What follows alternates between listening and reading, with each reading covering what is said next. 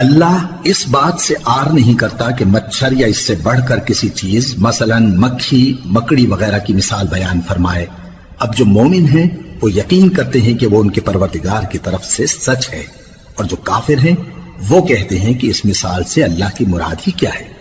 اس سے اللہ بہتوں کو گمراہ کرتا ہے اور بہتوں کو ہدایت بخشتا ہے، اور گمراہ بھی کرتا ہے تو نافرمانوں ہی کو، جو اللہ کے اقرار کو مضبوط کرنے کے بعد توڑ دیتے ہیں، اور جس چیز یعنی رشتہ قرابت کے جوڑے رکھنے کا اللہ نے حکم دیا ہے اس کو قطع کیے ڈالتے ہیں اور زمین میں خرابی کرتے ہیں۔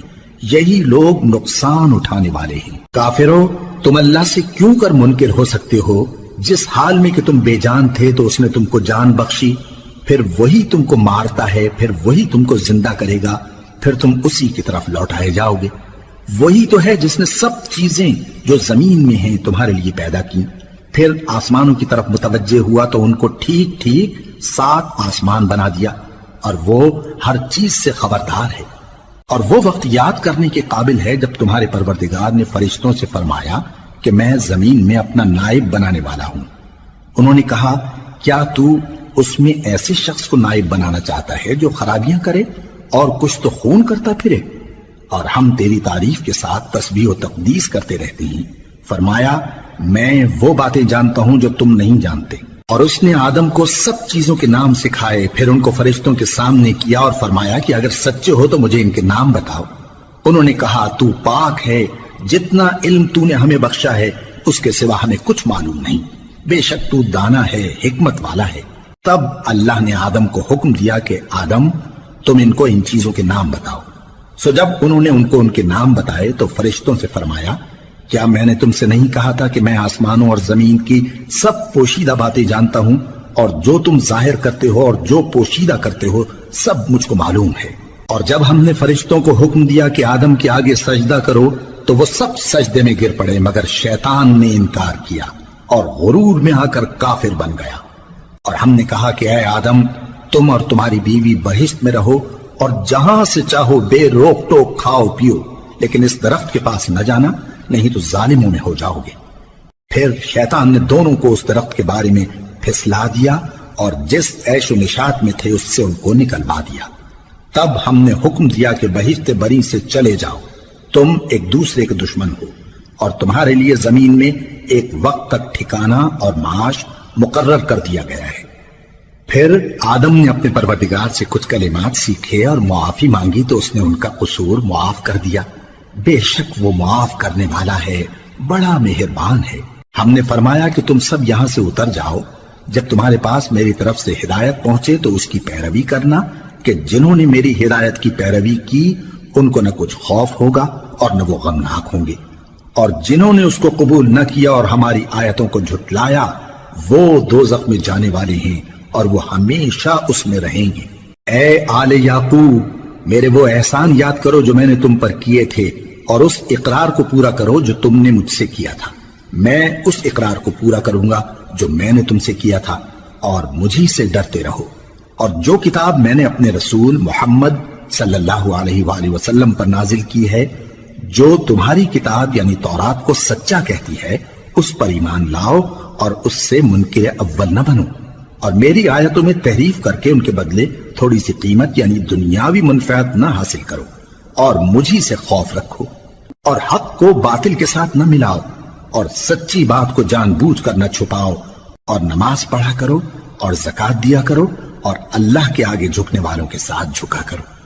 یہ کیا عقل کی بات ہے کہ تم لوگوں کو نیکی کرنے کو کہتے ہو اور اپنے تئیں فراموش کیے دیتے ہو، حالانکہ تم اللہ کی کتاب بھی پڑھتے ہو؟ کیا تم سمجھتے نہیں؟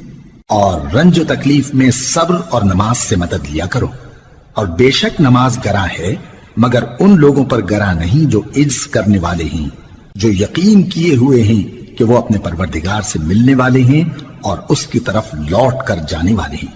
اے یعقوب کی اولاد، میرے وہ احسان یاد کرو جو میں نے تم پر کیے تھے، اور یہ کہ میں نے تم کو جہان کے لوگوں پر فضیلت بخشی تھی۔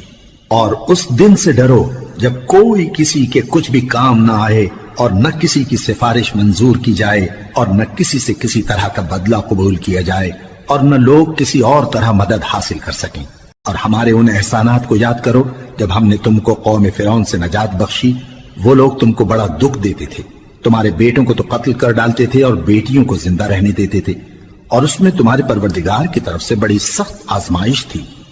اور جب ہم نے تمہارے لیے سمندر کو پھاڑ دیا پھر تم کو تو نجات دی اور فرعون کی قوم کو غرق کر دیا اور تم دیکھ رہے تھے. اور جب ہم نے موسیٰ سے 40 رات کا وعدہ کیا تو تم نے ان کے پیچھے بچڑے کو معبود مقرر کر لیا اور تم ظلم کر رہے تھے. پھر اس کے بعد ہم نے تم کو معاف کر دیا تاکہ تم شکر کرو. اور جب ہم نے موسیٰ کو کتاب اور معجزے عنایت کیے تاکہ تم ہدایت حاصل کرو. اور جب موسیٰ نے اپنی قوم کے لوگوں سے کہا کہ بھائیو، تم نے بچڑے کو معبود ٹھہرانے میں اپنی جانوں پر ظلم کیا ہے، تو اپنے پیدا کرنے والے کے آگے توبہ کرو، پھر اپنوں کو قتل کرو، تمہارے خالق کے نزدیک تمہارے حق میں یہی بہتر ہے. پھر اس نے تمہارا قصور معاف کر دیا، وہ بے شک بڑا معاف کرنے والا ہے، بڑا مہربان ہے. اور جب تم نے موسیٰ سے کہا کہ موسیٰ، جب تک ہم اللہ کو سامنے نہ دیکھ لیں گے تم پر ایمان نہیں لائیں گے، تو تم کو بجلی نے آ گھیرا اور تم دیکھ رہے تھے. پھر موت آ جانے کے بعد ہم نے تم کو اثر نو زندہ کر دیا تاکہ احسان مانو. اور ہم نے بادل کا تم پر سایہ کیے رکھا اور تمہارے لیے من و سلوہ اتارتے رہے کہ جو پاکیزہ چیزیں ہم نے تم کو عطا فرمائی ہیں ان کو کھاؤ پیو، مگر تمہارے بزرگوں نے ان نعمتوں کی کچھ قدر نہ جانی اور وہ ہمارا کچھ نہیں بگاڑتے تھے بلکہ اپنا ہی نقصان کرتے تھے. اور جب ہم نے ان سے کہا کہ اس گاؤں میں داخل ہو جاؤ اور اس میں جہاں سے چاہو خوب کھاؤ پیو، اور دیکھنا دروازے میں داخل ہونا سجدہ کرتے ہوئے اور حطوتن کہنا، ہم تمہارے گناہ معاف کر دیں گے اور نیکی کرنے والوں کو اور زیادہ دیں گے. تو جو ظالم تھے انہوں نے اس لفظ کو جس کا ان کو حکم دیا تھا بدل کر اس کی جگہ اور لفظ کہنا شروع کیا. پس ہم نے ان ظالموں پر آسمان سے عذاب نازل کیا کیونکہ نافرمانیاں کیے جاتے تھے. اور جب موسیٰ نے اپنی قوم کے لیے ہم سے پانی مانگا تو ہم نے کہا کہ اپنی لاٹھی پتھر پر مارو. انہوں نے لاٹھی ماری تو اس میں سے 12 چشمے پھوٹ نکلے اور تمام لوگوں نے اپنا اپنا گھاٹ معلوم کر کے پانی پی لیا. ہم نے حکم دیا کہ اللہ کی عطا فرمائی ہوئی روزی کھاؤ اور پیو اور زمین میں فساد نہ کرتے پھرنا. اور جب تم نے کہا کہ موسیٰ ہم سے ایک ہی کھانے پر صبر نہیں ہو سکتا تو اپنے پروردگار سے دعا کیجئے کہ ترکاری اور ککڑی اور گیہوں اور مسور اور پیاز وغیرہ جو نباتات زمین سے اگتی ہیں ہمارے لیے پیدا کر دے. انہوں نے کہا کہ عمدہ چیزیں چھوڑ کر ان کے بدلے ناقص چیزیں کیوں چاہتے ہو؟ اگر یہی چیزیں مطلوب ہیں تو کسی شہر میں جا اترو، وہاں جو مانگتے ہو مل جائے گا. اور آخر کار ذلت و رسوائی اور محتاجی و بے نوائی ان سے چمٹا دی گئی اور وہ اللہ کے غضب میں گرفتار ہو گئے. یہ اس لیے کہ وہ اللہ کی آیتوں سے انکار کرتے تھے اور اس کے نبیوں کو ناحق قتل کر دیتے تھے، یعنی اس لیے کہ نافرمانی کیے جاتے اور حد سے بڑھے جاتے تھے. جو لوگ مسلمان ہیں یا یہودی یا عیسائی یا ستارہ پرست، یعنی کوئی شخص کسی قوم و مذہب کا ہو، جو اللہ اور روز قیامت پر ایمان لائے گا اور عمل نیک کرے گا تو ایسے لوگوں کو ان کے اعمال کا صلہ اللہ کے ہاں ملے گا اور قیامت کے دن ان کو نہ کسی طرح کا خوف ہوگا اور نہ وہ غمناک ہوں گے. اور جب ہم نے تم سے عہد کر لیا اور کوہ طور کو تم پر اٹھا کھڑا کیا اور حکم دیا کہ جو کتاب ہم نے تم کو دی ہے اس کو زور سے پکڑے رہو اور جو اس میں لکھا ہے اسے یاد رکھو تاکہ عذاب سے محفوظ رہو، پھر تم اس کے بعد عہد سے پھر گئے، سو اگر تم پر اللہ کا فضل اور اس کی مہربانی نہ ہوتی تو تم خسارے میں پڑ گئے ہوتے. اور تم ان لوگوں کو خوب جانتے ہو جو تم میں سے ہفتے کے دن مچھلی کا شکار کرنے میں حد سے تجاوز کر گئے تھے، تو ہم نے ان سے کہا کہ ذلیل و خوار بندر ہو جاؤ. اور اس قصے کو اس وقت کے لوگوں کے لیے اور جو ان کے بعد آنے والے تھے عبرت اور پرہیزگاروں کے لیے نصیحت بنا دیا. اور جب موسیٰ نے اپنی قوم کے لوگوں سے کہا کہ اللہ تم کو حکم دیتا ہے کہ ایک بیل ذبح کرو، وہ بولے کیا تم ہم سے ہنسی کرتے ہو؟ موسیٰ نے کہا کہ میں اللہ کی پناہ مانگتا ہوں کہ نادان بنوں. انہوں نے کہا کہ اپنے پروردگار سے التجا کیجئے کہ وہ ہمیں یہ بتائے کہ وہ بیل کس طرح کا ہو. موسیٰ نے کہا پروردگار فرماتا ہے کہ وہ بیل نہ تو بوڑھا ہو اور نہ بچڑا بلکہ ان کے درمیان یعنی جوان ہو، سو جیسا تم کو حکم دیا گیا ہے ویسا کرو. انہوں نے کہا اپنے پروردگار سے درخواست کیجئے کہ ہم کو یہ بھی بتا دے کہ اس کا رنگ کیسا ہو. موسیٰ نے کہا